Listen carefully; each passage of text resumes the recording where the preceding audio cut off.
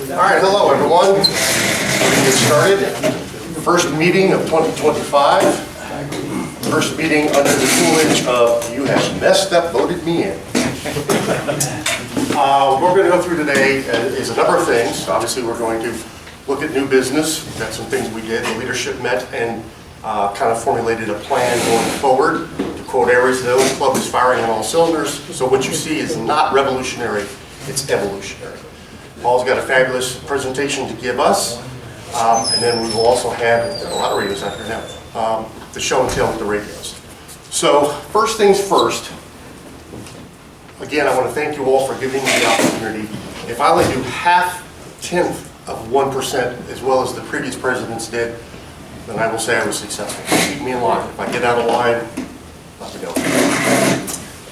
One of the things we've changed the format of the meeting a little bit. We've added a couple of things, which again I'll go into detail. But the first thing that we're changing is we're starting the meeting differently. We had this trivia contest in December. We seem to get a lot of positive response with that. So we're going to start every meeting with one trivia question. No teams, no prizes. First person to shoot out the answer, correct answer wins, and you get bragging rights. That's it. So we'll start every meeting with that and then go more into the traditional agenda. This question, because it's tied to Paul's presentation, came from Paul. So my answer doesn't count. You don't get to play and I don't get to play. When was the 2A32 introduced? 1924. Thank you for playing. Anyone? 34. Close. Close. I gotta go with 35 then. Less close. 30. Less close. 33, yeah. Jim is the winner. 1933. Just by dumb luck. Well, you narrowed it down because it Which has wasn't been the 30. secret of my career, by the way. So, 2A3 is known as the mother of high fidelity. that'll be on the next quiz. That's some What's the mother of high fidelity? So anyway, we're just going to start off our meeting with this, just for fun. Might be educational, might not. Obviously, no one in this room knew the answer. I didn't know the answer. We did. All right, so here's our agenda. Reminder, sign-in sheet. Please make sure you've signed in. We have to be tracked for that. I don't want to be accused of being a slacker. Minutes. Everyone saw the minutes that were sent out. I assume that there were no changes. Those minutes are good. Anyone? I don't know the protocol. A motion to approve the minutes. All right, I'll make a motion. I mean, is that what you normally do? I'll second it. Okay, great. Minutes are beautiful. All right, we're going to go reintroduce the officers, and it's a reintroduction because we have a little change, a good positive change. Old business, new business, and some of the things that we have done as part of new business. We'll take a break. We have Paul. We'll take another break if we need to, and then we have our show and tell. I'm still figuring out timings of things, so I'm trying to, I'd rather it's in early than late. So if I am going fast, it's the coffee. But I want to make sure that we get out on time, and I'm still getting a feel for that. So anyway, so this is the agenda for today. Hopefully you all saw it went out prior to our pre-scheduled meeting, and thank you all. Hopefully everyone got the message. I know this worked out for you. Yes. You're from Blairsville. That was under the polarized cap last weekend, so I know Jim had a tough time getting up too afterwards. So I'm glad this worked out for all of us, and the room was open. So hopefully we won't have to worry about that in the future. All right, so let's get started. Officers. I'm Facebook boy. Jim is web boy. Paul is the money man. Boy, keeps us all straight, narrow. Mark gets us lots of new people. Aries is the addition. Aries has been an unofficial part of the leadership long before I ever showed up. He's been an integral part of this club. He was very involved with getting us the Fowler Park last year for the swap meets. He maintains the club's tube inventory and does those sales at all those events. And he rebuilds a lot of radios and donates them to the club to sell for profit. Put money in the bank. But he's never been officially recognize. So the leadership said, no, we're going to make him, it's a non-elected position, so it's appointed, but he is now officially part of the officer group with the title Executive Operations Coordinator. So I would like to say, let's give him a hand. He recognizes all he's been doing. Now he has a title, he can put it on his business cards, do whatever he wants to do. So it is a reintroduction because we now have a new official member. Old business. Facebook, nothing's changed. 84 people, still get good stuff posting. I encourage everyone else who's not posting to post stuff. I put stupid stuff out there just to keep traffic flowing. Aries puts good stuff out there. Roger's always got great videos. Jim always has an uncharacteristically stupid answer to something. Who's going to do our fact checking now that officially it's been... Well, I'm going to trust the people in this club to be accurate, and if they make a mistake, then they will know not to. Yeah. So please, if you're not on, get on. If you're on but not on a lot, get on a lot. All right. Change, please. Change, please. Hello. Hello? It was working. There went those batteries. Maybe.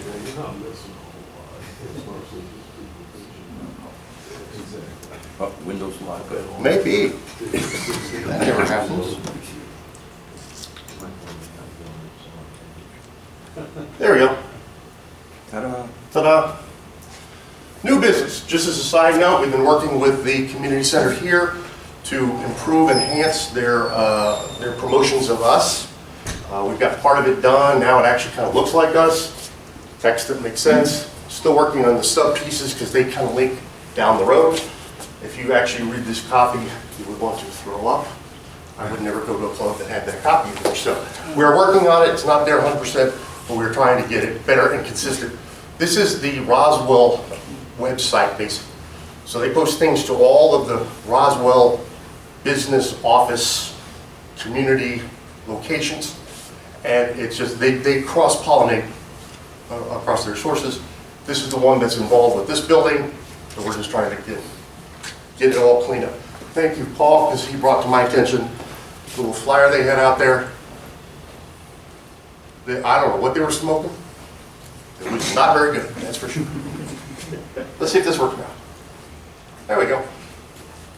Branding. I've gone back, and all of our documents that you've seen, some around here now, we've gone and branded them. We have a logo, we have a name. We want to make sure we try to use that logo everywhere and anywhere we can, just for continuity, so people see that. It's not the golden arches, it's not the apple fruit apple, but we've got it, we're going to use it. We have signage now. We do not need to have it redone with the logo, but any new one we get or a replacement, we want to make sure we have the branding on there as well. So you're going to start to see, it's now consistent. There's a theme, there's a look there. We have dates for the swap meet, and it's only January. April 26th for the spring event, October 11th for the fall event. Remember, spring will be indoors, fall will be outdoors. We've tweaked the times a little bit on the 26th because we are probably going to do, or it's still in discussion, we're probably going to bring the contest back to the swap meet. So we needed a little extra time to include that. Last year we didn't do it, so we actually got out of there earlier. So 8:30 to 3:30 indoors. We can't book the room any earlier than 4 months out. So we're waiting for a few days, and then our new executive coordinator will book that, and we'll get that locked and loaded. And then closer to summertime, when we can book the October one, we'll do it as well.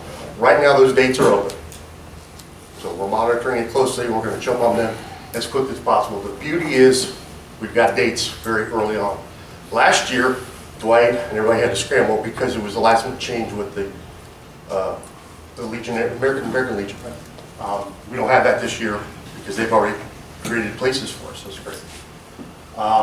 Once we get this booked on the 26th, then I'll start the communication, we'll start doing things, and we'll promote the contest on there as well. That seems to be a hot item for a lot of people, so we're going to be doing So along that line then, if I could, on the website, I'll put down that the radio contest is backed by popular demand. Yes. I just won't put the categories in. Until we have the categories, as soon as we get them, then, yeah, absolutely, absolutely. And who's gonna be in charge of getting the ribbons and all that? Thank you for volunteering. Yay! All in favor? Here you go, Roger. We've been having, I know That's the that question.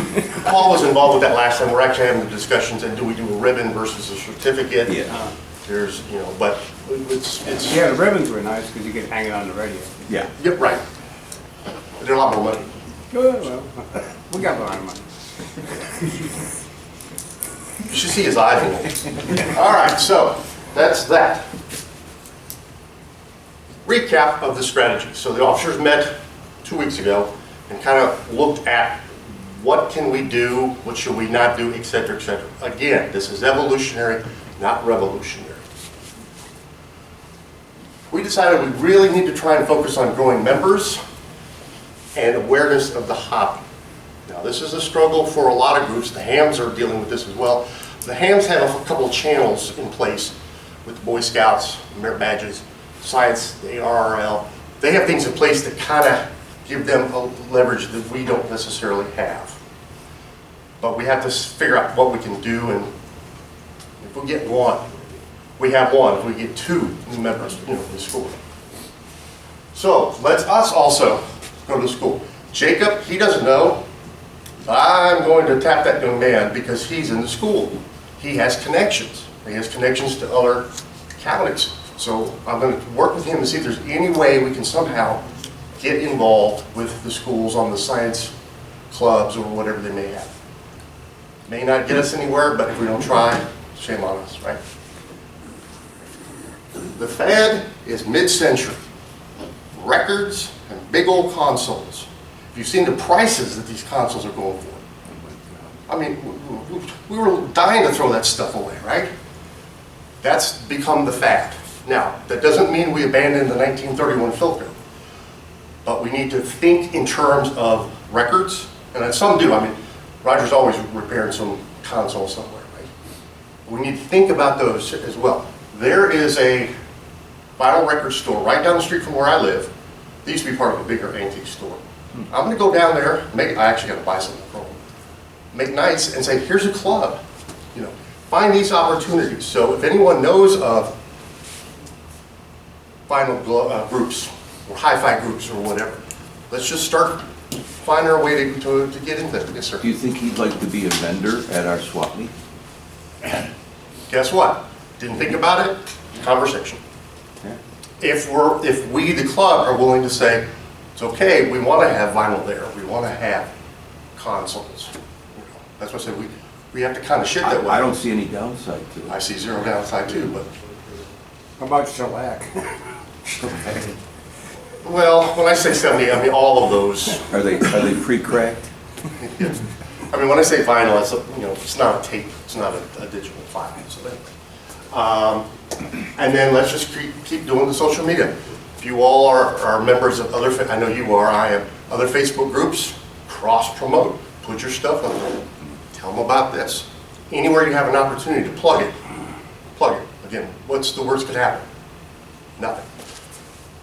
So we feel that if we collectively try to do this, we will get our club exposed to other groups that they don't even know about us. Now, we get some young person who's into a 1950 Magnavox, and they've never seen a Philco with tubes. Now we got a double win, right? We expand them to that older technology as well. Any thoughts or questions on this? Does this scare anybody? Is there anything that we didn't think of? If there is, you shoot me a note. I mean, you're doing a lot of repairs. You probably see a lot of mid-century stuff come through, right? I have people bring me 4 consoles at a time. There you go. There you go. All right, we'll move forward. So this is good. On Facebook, we're still a private group, right? We are a private group. Do we want to think about making it public or no? Is it too many issues with it? I'm on the fence about that. Keeping it private allows a lot of control, to your point about fact checking. Yeah, you go. I don't have a problem. Let me give it a some thought. Now you go public, you get all kind of. It's a You lot. have moderators now. Yeah, so what may mean that maybe you may be a moderator as well, and we may have to do that. It depends. I'm open to it. I am totally open to it. We can make that decision at any time. So. Member engagement, this is you all. You see some stuff going on here. I will explain the stuff. We want and need you. You know how much knowledge is in this room collectively? Like 4 trillion years of knowledge. And I'm rounding down. You can be as beneficial to your person sitting next to you as anybody, as far as knowledge, entertainment, understanding, the whole 9 yards. Rather than it being a push, we can pull from you. What does that mean? Member of the month. I've been in this club for what, a year and some change? I don't know squat about any of you people. He lives in Dahlonega. You repair stuff. That's all I know. You have a tree that didn't like your house. Now, you all been together for a long time, but how much do you all know? Okay, he had a pirate radio station. I love it. Who else had pirate radio stations? Okay, see, we didn't know. What we want to do, and this is voluntary, totally voluntary. A person every month will have a 10-minute window to talk about themselves. Where they grow up, where to go to school, how to get in a hobby. If you're currently working, what do you do? If you're retired, what did you do?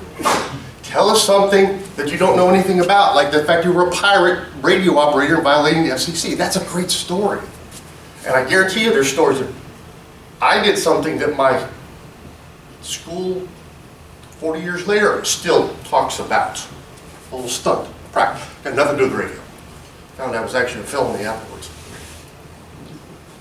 So what we want to do is volunteer every month, one person, up here for 10 minutes to just talk. If you've got slides and pictures, we'll include them. If we don't, we don't. Say whatever, you can talk about whatever you want, but the idea is for all of us to learn more about you, but also some knowledge. You may know something about something that we never thought of. Well, now we do. We got to talk. So think about that. Again, it's volunteer. We're not going to put everyone up there. It's not going to want to do it. We can help you with presentations if you need, if you're not comfortable with that. But think about that. That engages you with everyone around you. It breaks down those walls. Presentation committee. Previously, poor Dwight would have to sit there and come up with the presentations for every meeting. It's a lot of work for one person. Paul has done quite a few of them, but Paul doesn't want to be the spokesperson for presentations. So this committee is going to be basically 4 people, and we will help create the presentations, create the content, the ideas for the presentations for every meeting going forward. Now, this can mean a number of things. If Paul gets up and does a presentation, we're not worried about it. It's going to be accurate. It's going to be clear. He knows what he's talking about. Somebody may want to get up and do a presentation that maybe they're not comfortable with. Maybe there's some things that, and an example was a YouTube video had been played once previously that I guess there were some questionable safety procedures in there. I didn't know. I wouldn't know. But this group has some knowledge base that they could look at something. Either we don't do this, or we say, do a caveat, disclaimer, things like that. But the group is to help create presentations so one person doesn't have to do all of them. And again, we can pull on people other than poor Paul. So Roger, he may not know this, but he has a perfect reason to have a presentation. All the stuff he's done, you've seen the videos, right? So, but this group will help work with people to create the content. Now, you still got to do your own presentation. We'll be glad to help. But the idea is, again, to engage so you're all talking amongst yourselves, and it's not the same person having to present, all the time, even though he does a fabulous job. Silliness. Do an experiment. This is actually recording the entire meeting. What I would like to be able to do, because there are people that can't make the drive, can't make the meeting, I want to record them and post them for people to view after the fact. In the beginning, they're going to be ugly. It's just a recording, minimal editing, whatever. And I want to do this for a few months and then do a little survey. Is this working? And if no one's watching the recordings, then we'll just stop. There's no reason to do it. But this hopefully will allow people that can't or won't make the meetings in person be engaged, be part of the club again, other than, you know, maybe getting an email once or twice a year. Well, we're live on TikTok. For a couple of weeks anyway. There had been some discussion about Zoom. We could go back to Zoom, but that is more complicated to do and it costs money. So, and plus if you're watching Zoom now, they do record it for after that, but you still have to kind of be live. Well, if someone doesn't want to get up. Yes, sir. You can actually have your phone, and we can do Facebook Live in our Facebook group, and then send a link on email. Right, but I'm trying to also find a way where it doesn't have to tie up our gear. This is sitting in my closet, it's doing nothing, right? Yes, I agree with all of that. Now, I don't know if Facebook Live will allow you to do almost 3 hours of streaming. That's what I don't know. Something tells me no. Go up to 8. Up to 8 hours? Okay. Well, since you've now volunteered your phone every month, keep that in the back of my mind. I'm open to live, but live is more complicated. This, record, stop, post, done. And it's all digital, so it's not even like I got to transfer from the videotape. I just move a file over and stuff. So, we're going to, again, do that to engage people who are not physically here. We also want to see about getting some external speakers. Why not? If there's somebody that's, and we've had them before, the gentleman who did it at the swap meet last spring swap meet. Just look for those. They may not exist, but we are taking a more proactive approach of trying to find some external speakers. Maybe there's a professor at Georgia Tech that, I don't know, teaches something or whatever. But just to break it up a little bit, so again, not everybody in this room has to be responsible for presenting. We're now pulling expertise from outside, expanding the knowledge base in the room. Show and tell themes. Guess what? We've got those booked out too. All the way, so now you can make your notes and start going through your closets and see if anything fits in here. This month, 122 radios. February, radio advertising, print ads, magazines, catalogs, things like that. March, radios from the decade of the 40s, 41 to 49. There was a big discussion on, does a 1942 radio actually exist? Technically, yes, because it was designated as a 42 but produced in 41, or the beginning of 42. So it was a whole lot easier to just do that than get into the semantics. So keep that in mind. April, upside down chassis and cardboard radios. That's a unique one. May, no name radios. We got a radio from Macy's or Kroger, whatever. Those kinds of radios. We don't want to see a name that you've ever known before. No Philcos in the window. Kit radios and farm radios. You build a little kit radio. Got our farm radio. I had both. I had neither. No. Military and multi-band radios. When I say multi-band, it's not just AM/FM, like multi-band, some shortwave stuff. And military radios. I would love to get one of those military walkie-talkie things. August, metal and record player radios. So metal, radios with metal chassis and record player radio combos. September, radios with a personal story. He had a radio, had a bootleg operation. That's a great story for that radio, so that's what we're talking about. You know, I got into all the silliness because my dad bought a shortwave Radio Shack kit. I didn't know what the heck radio was. Put it together, I was stuck, and it never left me. So that's a great story with that radio. That's what we're talking about. You got a radio that's got a great personal story. Depression era radios, 29 to 39. November, product brand radios. Half of your basement is some product advertising on a radio. Yeah. Coke, Oreos, gas stations, all these kinds of things. Any radios that were produced to promote a market, a product in the market. December, test equipment. New and old. New and old test equipment. So those are the themes for this coming year. We will remind everybody every month of the next one, but now you've got it early on. You can, like I said, start to go through your closets and stuff. That was a quick rundown. I said, evolutionary. Nothing in here is earth-shattering. No one has to sacrifice little dogs or anything.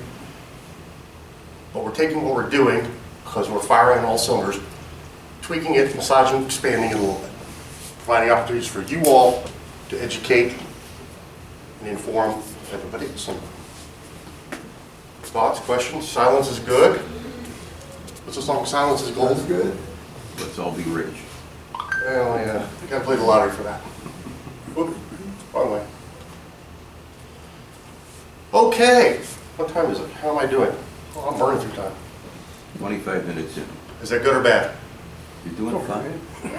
What, at 25 minutes in, is that, am I, okay, all right, good. Before I turn it over to the man, oh, I forgot to tell you, why do we have 2 cameras? Well, we know about one, recording the meetings. Paul has this one set up so we can use image magnification for small things, right? It's very hard to stand there. Paul goes, see this filament, this tube? You can't see it. So he's hooked up this camera to the projector, and so you can switch over and you can see things close up. Mark has some devices that he's built too that you wouldn't be able to see at show and tell, but this allows to make it easier. So again, going back to the engagement, member engagement, this should make it more interesting because now you can see things up close that you couldn't see before.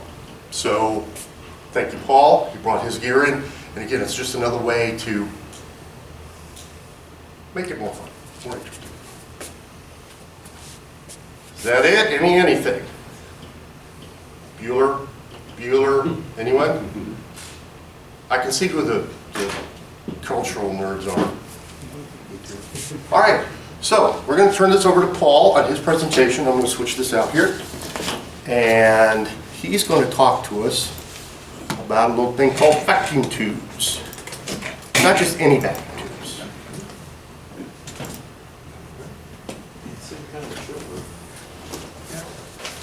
It's the development of the AA5 circuit and modern vacuum tubes. I didn't want to misquote that. There you go. You want the, That's the right date. you got the right date. I had the wrong date. Thank you kindly for the opportunity to address this august group. I appreciate that chance very much, thank you. Anyway, I can tell you up front what my intent is here. I have become convinced over a long period of time that perspective on vacuum tubes and the way communications was done earlier. We're going to talk a little bit about Alex Anderson. And if you ever want more information on that, this is the guy that could talk to you about that. And Fessenden. Anyway, the point is that there was a lot of development and chaos in communications in the early years up to 1930.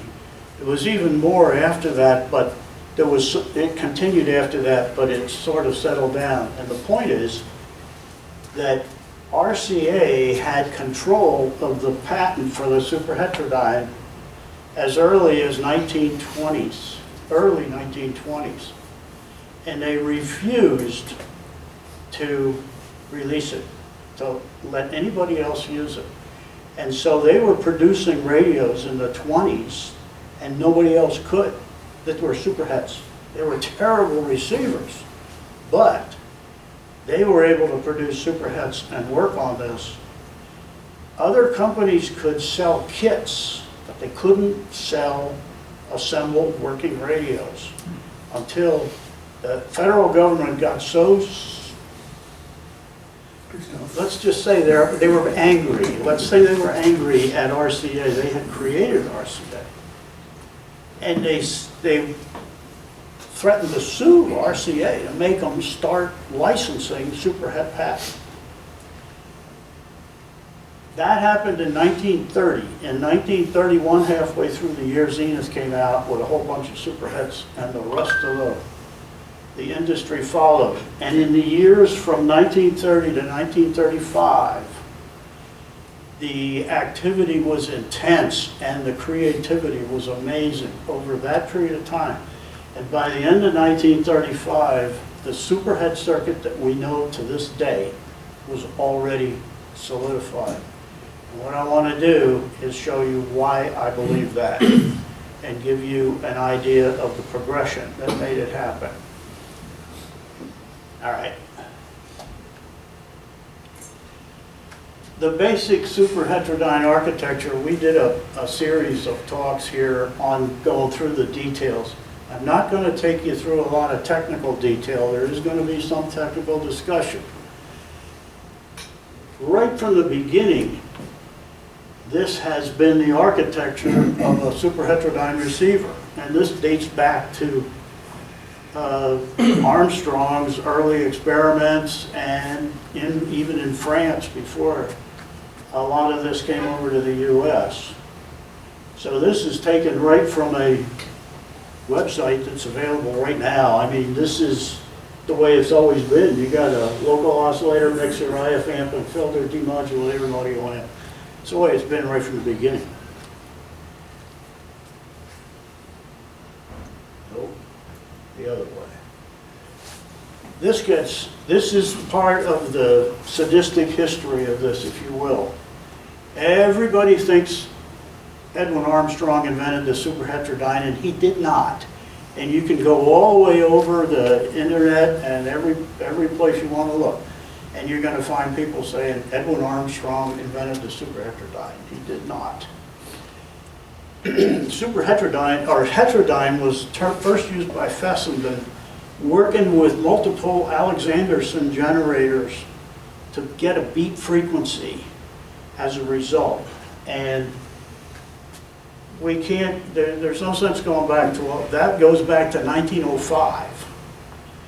And for a long time, radio communication was conducted and developed, especially during World War I, using Alexanderson generators run by General Electric.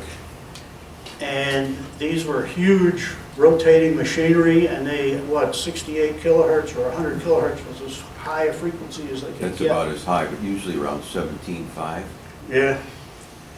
Anyway, the point is that during World War I, everybody already, the patents on tubes were pretty widely held by all kinds of different companies. GE held them, Westinghouse, and the key is that AT&T bought Lee DeForest's basic patents early, and Lucien Levy, who was a Frenchman who was working with Armstrong in France during World War I, was the first one to file a patent on the superheterodyne circuit. In the United States, and by the way, when that, even before that was, after it was filed, it hadn't even been granted yet, AT&T bought that patent, bought that filing, which ultimately resulted in a patent. In the US, Armstrong, who had a lot of patents and who did arguably more than anybody, any other single person to make the superheterodyne practical, patented the superheterodyne. But then the US, the patent office discovered, and it was granted in the US, and IRE gave him a big award and for being so creative and all that stuff. And what happened was they realized that the Levy patent was 6 months ahead of the Armstrong patent. So the US Patent Office disallowed the Armstrong patent. Now he had all kinds of other patents on superheterodyne procedures and methods and everything else that were still valid.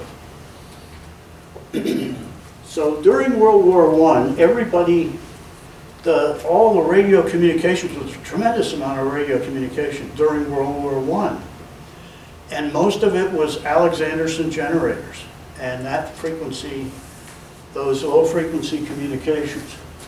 And it became pretty obvious that communications was going to be vital in the future, and it was, the technology was going ahead by leaps and bounds. And so, the point is that all the transmitters, or the large number of transmitters that were used to handle U.S. Navy and military traffic during World War I would have been owned by the Marconi Company, that was a subsidiary of British Marconi, that was an American Marconi company that held those assets.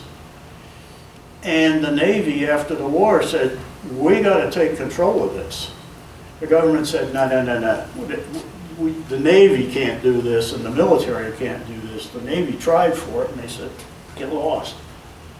So they decided to take the assets of all of these radio companies that were transmitting and had owned all this stuff, and they created a new company to acquire all of that, and that was RCA. They were created as a U.S. common carrier to be able to handle all this radio traffic for everybody. So remember, World War I started in 1914. The Bell system had already conducted the first New York to San Francisco long-distance telephone call in 1915. They were hard at work. They had been hard at work with vacuum tubes for a long time, and Vanderbilt was one of the big people in that activity. And RCA was created by the U.S. government in 1920, and they also decided there were so many patents. If you wanted to manufacture vacuum tubes and you wanted to license it from the people who had patents on the tubes, everybody and his goat had patents on, you just could not figure out how to get clear of the law and make vacuum tubes. So they also decided, since AT&T had the one of the patent units, Westinghouse that had GE had them, and the United Fruit Company formed RCA. And the United Fruit Company, there's a little bit of history. The United Fruit Company had radio stations all over Central and South America, and they were in the banana business. And they were active in radio communication because they had to get the bananas from where they were grown to where they had schedules, and they had to know where their ships were, where the product was, and everything else. So they got involved in that formation because it took up some of their stations. And ironically, they became United Brands. And in the 50s, I still remember Chiquita Banana. That company is to this day Chiquita International. That's what it is. And of course, their competition is Dole. Anyway, cute, but so this put all these patents together, and RCA administered all those patents. And RCA very early started acting like a dominant force and giving people hard times about taking their patents. Anyway, all that transferred to RCA. And Armstrong still had a lot of really great patents, and he worked with RCA for a long time. Sarnoff didn't become president of RCA until 1932, so a lot of his influence was still in the company though. So what it boils down to is RCA has a patent on the superheterodyne in 1924, and they worked on superheterodyne circuitry, and the first radio that was commercially built was the 1924 RCA AR812. It was the world's first commercial superhet. It used 6 UV199 triads. I cannot imagine what kind of a mess that was. It had a 45 kilohertz IF frequency. Terrible. Why? Does anybody know why it's such a bad frequency? Subject to images. You got it. Image frequency. But Can you explain a little bit more? I will later if you want. And let's just leave it at that for the time being. Alan Douglas did a lot of research on this. They had potted and encapsulated the circuitry so you couldn't service it and you couldn't deduce it. He published a schematic of this radio in 1996. Okay. Anyway, So what did you have to do, throw it away? Get a new one? who knows? It's like China. Who knows? There was a lot of patents going on. There was a lot of activity in the 20s in tubes, tube design, metals, everything else. This is part of the patent for the first indirectly heated cathode tube. That was a tremendous advance, divorcing the heating agent from that which produces the thermionic activity. All the older tubes had filaments that were also the cathode. But when you did that, if you had 2 or 3 of them, you couldn't bias them differently. You had all kinds of circuit limitations that got in your way. And if you think it's fun working around them, just look at the schematic for a Zenith transoceanic. Even in the 50s, they had the battery tubes were all filament types, and they required a lot of resistance networks and everything to keep the biases right across all that string of tubes. Anyway, this was done by AT&T, and a patent was filed in 1915, granted in 1925. My statement is the first modern vacuum tube was the 27. I have 2 of them here. One of them was built by RCA in 1930 and the other in 1934. And you look at just the evolution of the construction of that tube. The 1931 looks like something out of the 20s. And the 1930s is an ST bottle, and it looks every bit like a modern vacuum tube. This was a tremendous advance. There were lots of advances, but this one was particularly notable. AT&T was really at the forefront of research in radio design and all that kind of stuff. But they wanted to do telephone calls. They didn't care about radio broadcasting. In 1930, the federal government threatened to sue RCA, and so they began to license their patents to everybody. And so when 1930 came around, these patents got out, and the companies, I mean, the super heterodyne circuitry and everything was well known. I mean, everybody, the manufacturers, everybody knew about it. They just couldn't sell radios using it. So in the middle of the 1931 model year, Zenith came out. They had the A, B, C, and they came out with the H series, which was super heterodynes, and they were introduced partway through the year. And there's examples of some of them. Now, we do have to do a little bit of technical discussion. The early radios, in the early days, all they had was triodes. And if you were going to build a radio at a higher frequency, and you were going to go up to the higher frequencies, it was murder. Okay, so what happened is somebody got the bright idea to put an extra grid in a tube, and so you had a tetrode. The problem is, in a tetrode, if you get the plate voltage to drop below the voltage on the screen, all the electrons stay on the screen. They don't want to come to the plate anymore.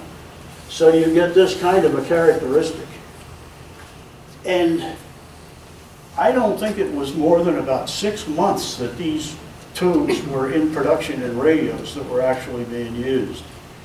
And you can find them, and they are a bear to service, and they aren't very, they don't work very well. In well, I'll show you a chart later, but this is a pentode, and that cleared this problem. And so now you had the 58, 78, 66, 6K7, all the way out to the 12 BA6 that's used in all these radios today. All that happened in a very short period of time. And one of the best advances was the ability to put AVC in a radio. Now, there were some radios that actually had automatic volume control in the RF days, but there weren't many. And what the idea was, if you're listening to a radio and the signal's fading and coming up and down, the volume's going to be changing and you're going to be going through all of this baloney. In the daytime, it's not that bad, but still, it can be a pain, and you can't do it with a car radio. So they developed, out of the pentode, a super control variable mu pentode.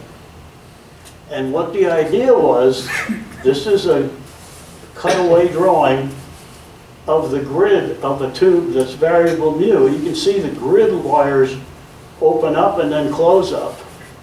And what that does is it gives you the opportunity to develop a negative signal and shut the radio down gradually. And this is what it looks like in a super control tube. You have to put a whole bunch of voltage on the grid to shut it down, and it happens gradually. On an audio tube like a 6SJ7, it happens right away.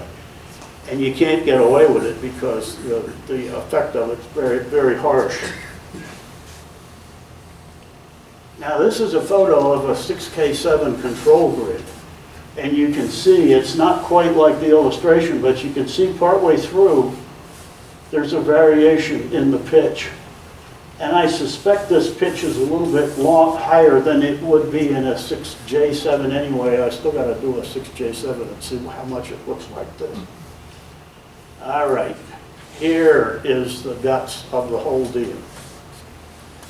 This was the rapid evolution of vacuum tube design to receiver characteristics and improvement.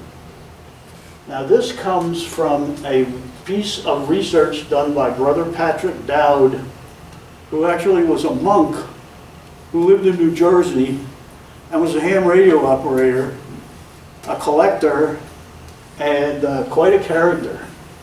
He and a bunch of other people did a lot of research in the RCA archives. When RCA went out of the tube business, they threw away a whole bunch of documentation.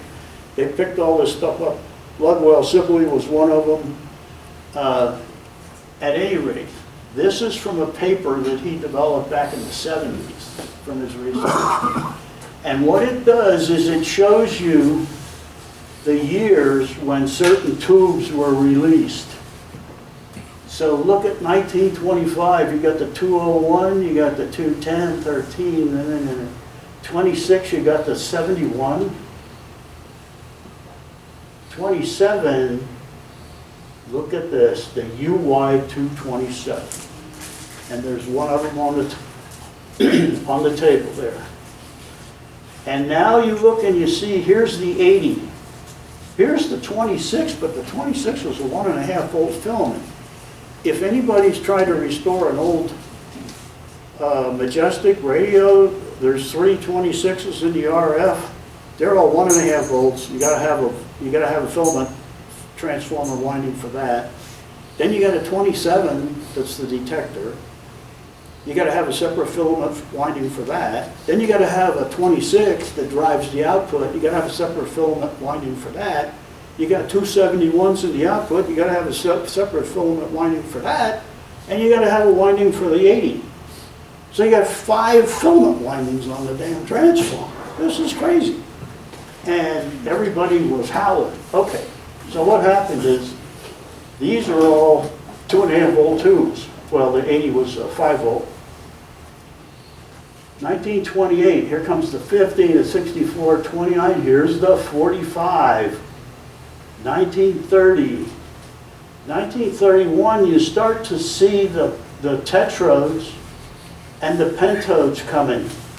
And why were they? They were because people like Zenith and Philco and everybody else is saying, we've got to have tubes, we got, and RCA itself.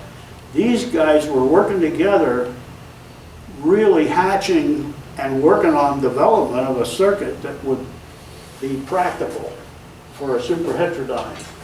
So these radios made in these days were kind of rough.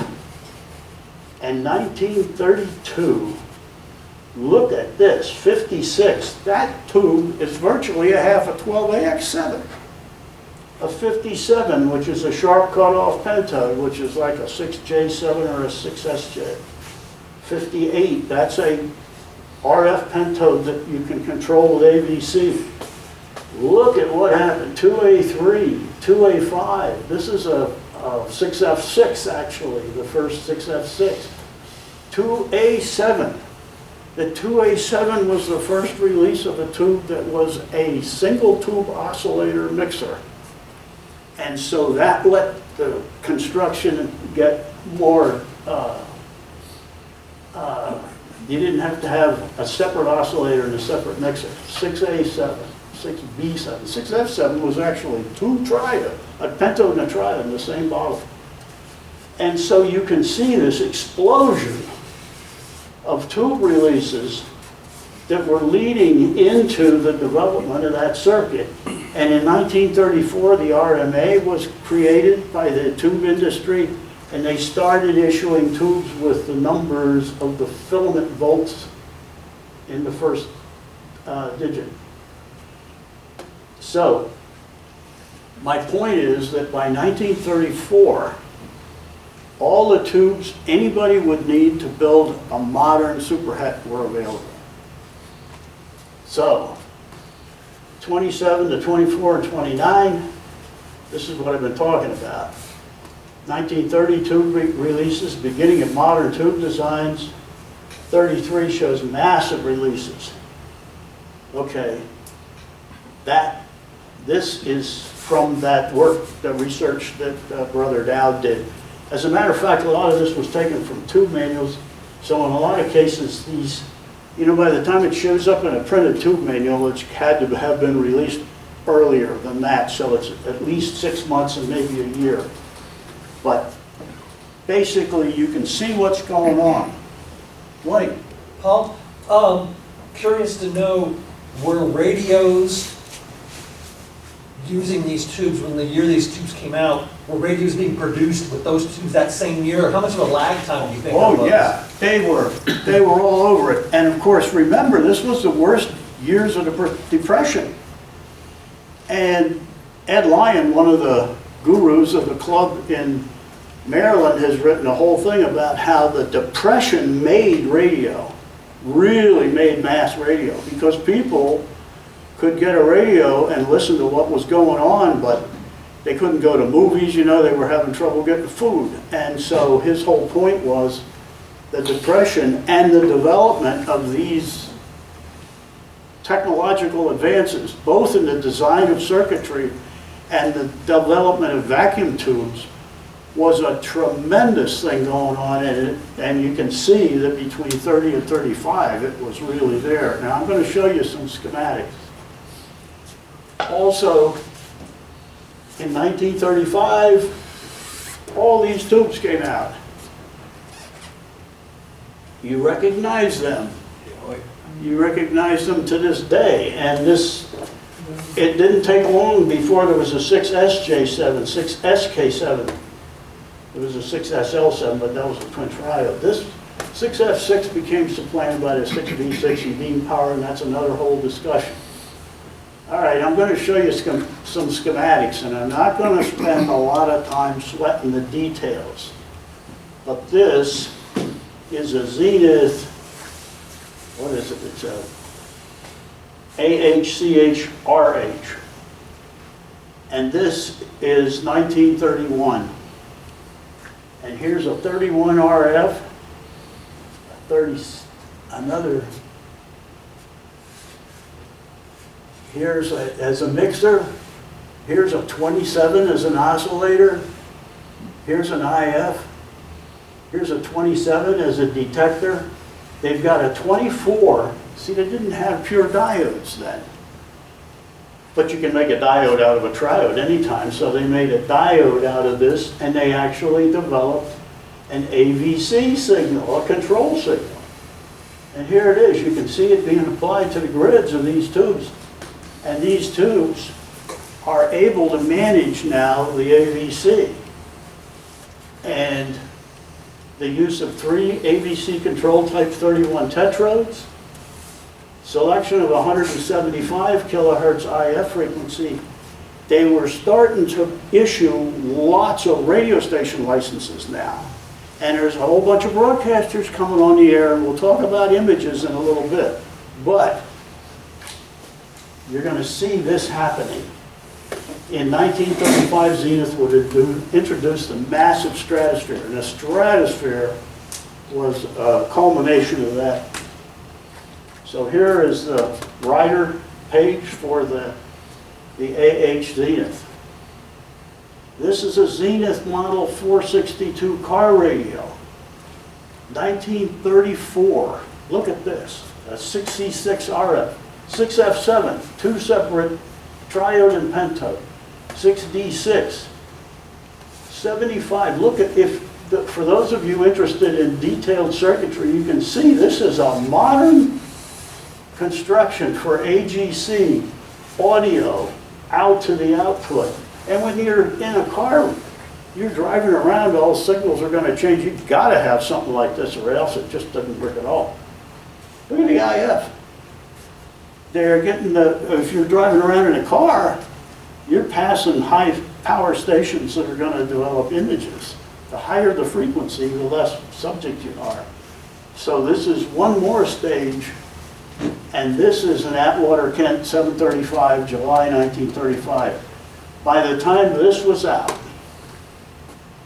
here's a multi-function tube, a 58, a 2A6, a 2A5, and an 80 rectifier. This had 2 extra bands on it, and it's very interesting. This thing had a 264 kilohertz IF. Most car radios still always, I mean, the tube car radios always use the lower frequency instead of 455. Yeah. Due to the fact, I think, of ignition noise and things like that. Well, I don't know exactly why. at any rate, the thing that's of interest in this schematic is this radio has a 3-gang capacitor in it. And you say, why would they have a 3-gang capacitor? There's no RF stage. But if you're concerned about images, that's important.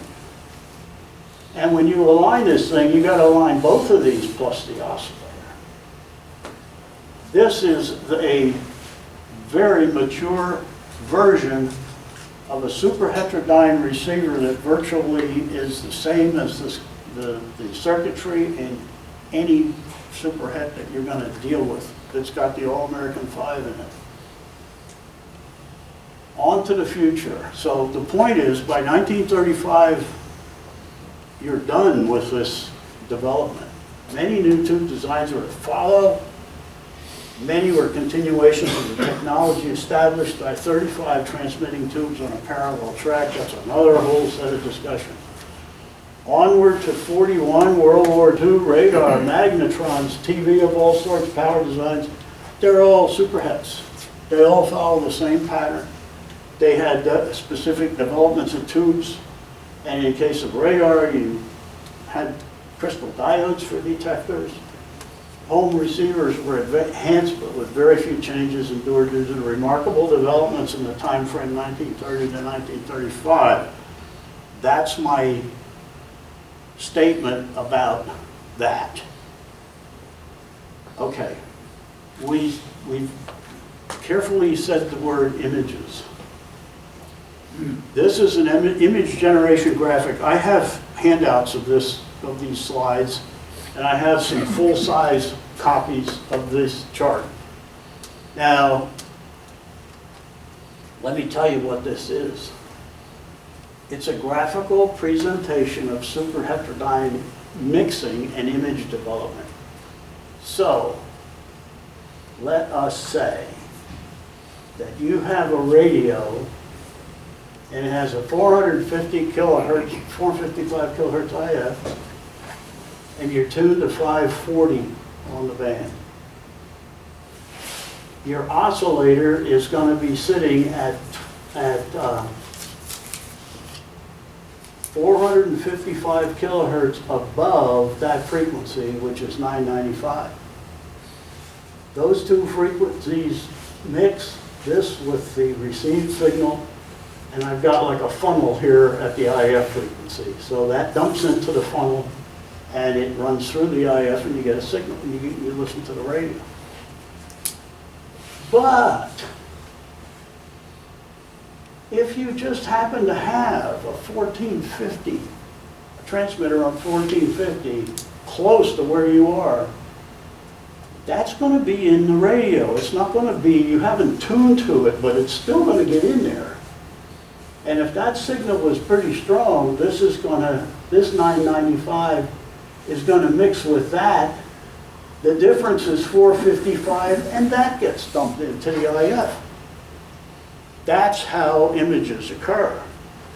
And what I've done is calculate the top vulnerable threat frequency for in the broadcast band for because the last assignment is 1700 now, is 790. So 790, if you tune stations above 790, all the images are going to be out of the band, and you're not going to have to worry about them. But when you're down here, strong other signals in the broadcast band are also going to dump into the IF. And if you go into the circuitry, you look at the circuit of the radio, and yeah, you've tuned to your desired frequency, but that doesn't reject everything. If you've got a tank, you've got a big transmitter just down the street, it's going to get in there. Okay, now let's look at the Atwater Kent 735 with a 264 kilohertz IF. Here you tune to 550, which was the end of the low end of the band before, and 1600 was the top. So same deal. You tune to this. Here's your oscillator, 264 kilohertz above, mix into the IF. Now a 1078 will also mix and dump 264. So what it amounts to is your threat frequency comes down to 1072. So the point is that with the lower frequency IFs, you have a lot more exposure to images. And that was one of the other developments in the whole development of the super het. Because if you look at this, you say, oh, geez, if that's the way, let's raise the IF frequency some more. Well, wait a minute, 455 is getting pretty close to the bottom of the band. You can't get the IF into the band you're trying to tune. So this is where it stopped, and that's why 455 is the frequency that everybody uses and everybody sees in these radios. Why did they choose lower ones? Why would they have chosen the lower ones? I don't know. It started with 45 kilohertz, and some of the early experiments they were using 30 kilohertz as an IF frequency. But I don't think they had any other signals to worry about. And let me tell you, I was designing and working with aviation equipment when I was employed. And when you have airplanes flying around and you're flying over antennas that are transmitting 50 kilowatts, you got to be careful. At any rate, as they got more and more bad feedback, they kept stepping the IF frequency up, and that's why. And if you take a signal generator, if you would take this radio, tune it to 540, you don't have any signal there. Tune the signal generator to 1450 and crank it up, you'll hear it. You can do it very easily. You can verify the presence of the image. One more slide. That was a graphical representation on a frequency basis. Here is a 6BE6. This is how it happens. You got 540 kilohertz coming in, and you've got the RF tuned to 540. That's good. And you're listening maybe to a station on 540, you got the oscillator cooking at 995, but you got 1450 coming in as well. That also mixes with this, comes out at 455. So you can look at it both ways. And you can see why people are concerned about images in superheterodynes. And of course, those of you who pay a lot of attention to this are familiar with direct conversion, where you get two frequencies very close together, so you can produce an output frequency without having an IF at all. Anyway, that's the end of the discussion. And I hope I have convinced you that 1930 to 1935 were the golden years of the development both of circuitry, receiver design, research, development of vacuum tubes. I consider it the golden years of the development of the modern radio. And I don't know whether you are willing to grant me that I've had an influence on that or not. Anyway, if anybody has any questions or you want to talk, yeah, Mark. Yeah, you're talking about the Stratosphere, which came out in '35, which used 8 45s. Was that still the best output tube you could choose in 1945, or they probably started the design of that maybe Well, a few years earlier, and that's what they settled on? You know, You can always put a number 50. you've heard of the horsepower race. There was a horsepower race in vacuum tubes. Okay. Look at the 71 in 1927, the 45 in 29, the 2A3 in 33. So after the 45, there was the 2A3, but those were all triodes. Right. In 1936, you had beam power pentodes, 6L6, 6V6. Okay. And so, and then 807, it was the same too, it was just transmitting guys. Okay. But yeah, there was a horsepower race, and in 1935, if they wanted 50 watts, and they claimed in their literature 50 watts out of a stratosphere, I look at that circuit and I'm not sure about that. But Yeah, at I any think they rate, said 15 watts is probably. I don't think they It's wanted to still a lot put of power. 807 into a home radio. well, it's just, You have a plate voltage right at the top of the tube. Some other tricks would it's try just, like it's just parallel the 807 was just a repackaged 6L6. Yeah. Yes, go ahead. Other topic, like my car radio, for example, it's all digital and all that. Is that a superhead, or is that use some other technology for receiving AM? Depending upon when it was made, a lot of those radios, most of the modern radios are sampled and are completely digital. Okay. They just walk at by the way, you know, when you have the antenna in the rear window or a little Yeah. stick like this, Yeah. there's another tuning module in there. They capture the entire broadcast band and just sample the part of it they want, depending upon what you tell them on the dial. Okay. So, There's no problem with amplifying any frequency on the broadcast band, so they can. I think they're generally clear of image problems. Yeah. It's not really a superhead at that point anyway, then. It's not truly a super heterodyne at that point. No. A rhetorical question. What's the advantage of a superheterodyne? Well, you want me to answer it, or are you asking everybody? You can answer. I can answer? Well, the advantage of a superheterodyne is that you don't have to have all your amplification at one frequency. And not only that, if you tune the broadcast band at the broadband, at the frequencies of the received signal, your selectivity is not very good. It's very difficult to build selectivity. So now you convert it to a superheterodyne to a lower frequency, you can make an IF curve that rejects stations that are close to you that would just spill. And then, dare I mention, double conversion, triple conversion receivers, which bring about, and a lot of our aviation stuff was multiple conversion. Every one of those conversions gives you a new opportunity because you can have more gain now than you can ever have in the other frequency.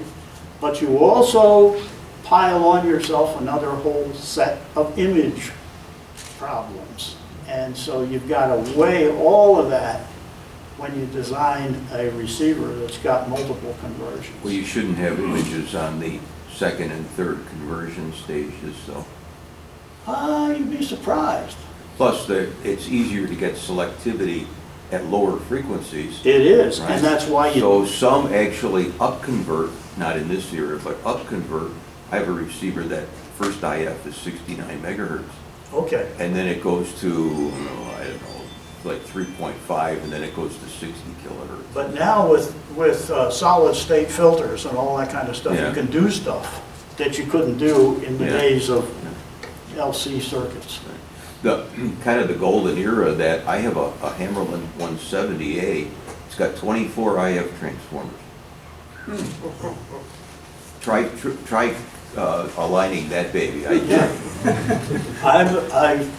What I'm saying is this started all that because my father had an ACR 136, which was a metal box like this, and it had a tuned RF, and it was 1935, had a 6A7 and a BFO in it. And he used that when we were moving and he didn't have anything else to listen to, he used that to listen to the ham bands because he just couldn't be without ham radio. How about regenerative? Well, once super heterodynes came into use, the super regen stuff just disappeared. Yeah. They gave gain and selectivity. Yeah, but the selectivity varies with the gain on a regen. Yeah. And so once you get up to critical regeneration, the selectivity goes to hell in a handbasket. Well, the point is that Armstrong had spent years researching and patenting all kinds of super regen stuff. And when they finally got to the point where they could build a practical superhead, all that just went poof. From the standpoint of having somebody tune a dial, one dial to get a radio frequency, get the station they want, set the volume, and leave it alone, as opposed to all the earlier radios with all the dials and all the tweaking. Wasn't Atwater Kinston, they had a big advance one time with a one knob radio. Yeah, Yeah, but trying to get those to track is a trip. well, You know, they had to design very special tuning capacitors to get Right. those things to track.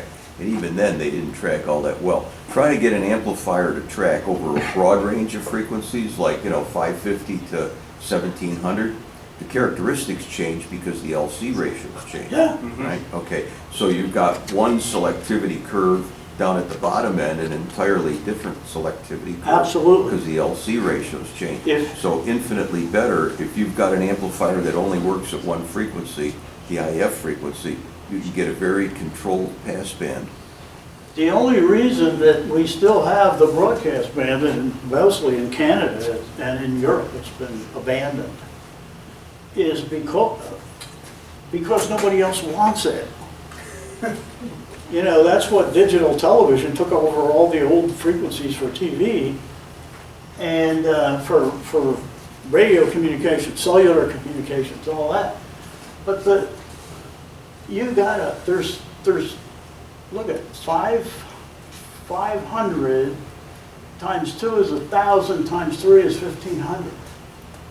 There's 2 complete octaves in the radio Yes, band. sir. Well, one of your Scandinavian countries even set off FM broadcast, it's all digital. They want Well, digital broadcast. The point is that everybody's got their own way of looking at this and dealing with it.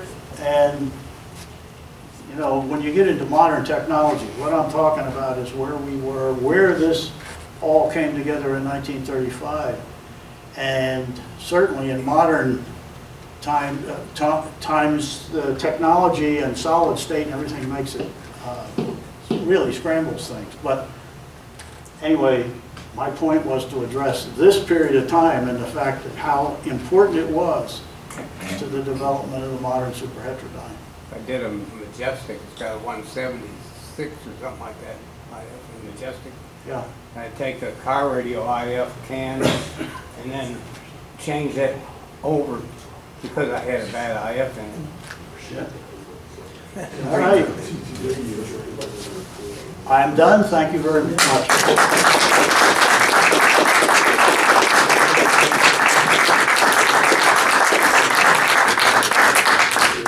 Paul, can never be in the room with this man and not learn something. I just can't, just can't. And it's interesting because the first tube radioactive was a lot of 90 kill count. And except for the voltage and audio amp, it's all 27s and 24s, the whole thing. So it was interesting for me to listen to this conversation and start to put the dots together. You know, okay, now I know why they did that, because it was the way to do it at the time. A few years later, you didn't find any of that stuff. So, Fabulous, are you okay if we post this PowerPoint along with the video? Okay, great. So, a couple people that came in late, we're recording these meetings, sort of an experiment. They're not going to be pretty. We're going to post them out there so anyone who didn't get to be here today can watch them after the fact. We'll also put, my PowerPoint doesn't count, but his PowerPoint, we'll put that out there as well. So again, going back to the member engagement, just... Put it out as a PDF. Oh, I'll go again. Yeah, I spent too many times around corporate lawyers, I know.